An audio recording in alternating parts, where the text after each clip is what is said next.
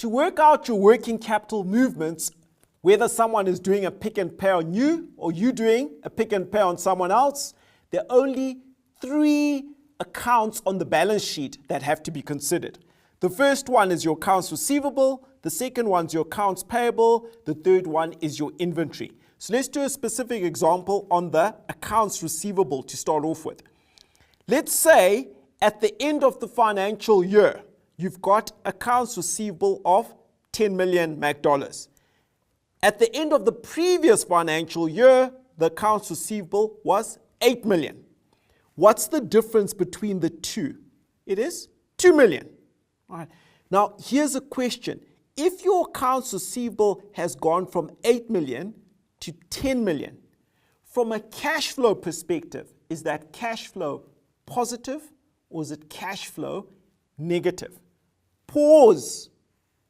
Think about it. Then write it down. Don't just answer. Pause. Think about it. Write it down. Correct answer, it is cash flow negative. Last year, you were owed $8 million. This year, you are owed $10 million. That means people owe you $2 million extra. You've sold goods and services for an incremental amount of $2 million and you haven't collected the money for it. Someone is doing a pick and pay on you. It is cash flow negative. Let's move on to the second account, your accounts payable. At the end of the current year, your accounts payable is $20 million. At the end of last year, it was $15 million. What was the difference? $5 million. Is that cash flow positive? Is that cash flow negative? Stop, think, engage.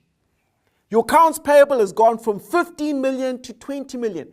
You owe people an incremental amount of $5 million. Why do you owe them more? They have rendered services or sold goods to you and you haven't yet paid for them. So you are doing a pick and pay on your suppliers. From a cash flow perspective, that is cash flow positive. It is cash flow positive.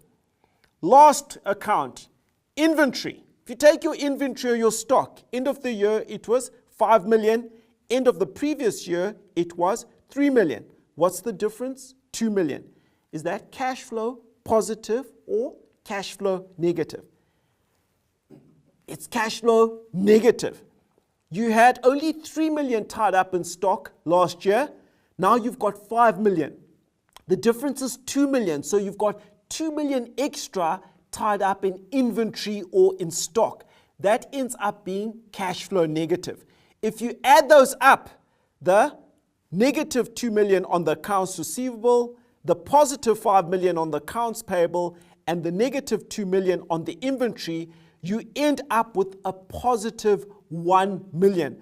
So in this first example, on a net basis, you as a company are doing a pick and pay on your suppliers. You're managing your working capital in a positive way in that it's enhancing your cash flows.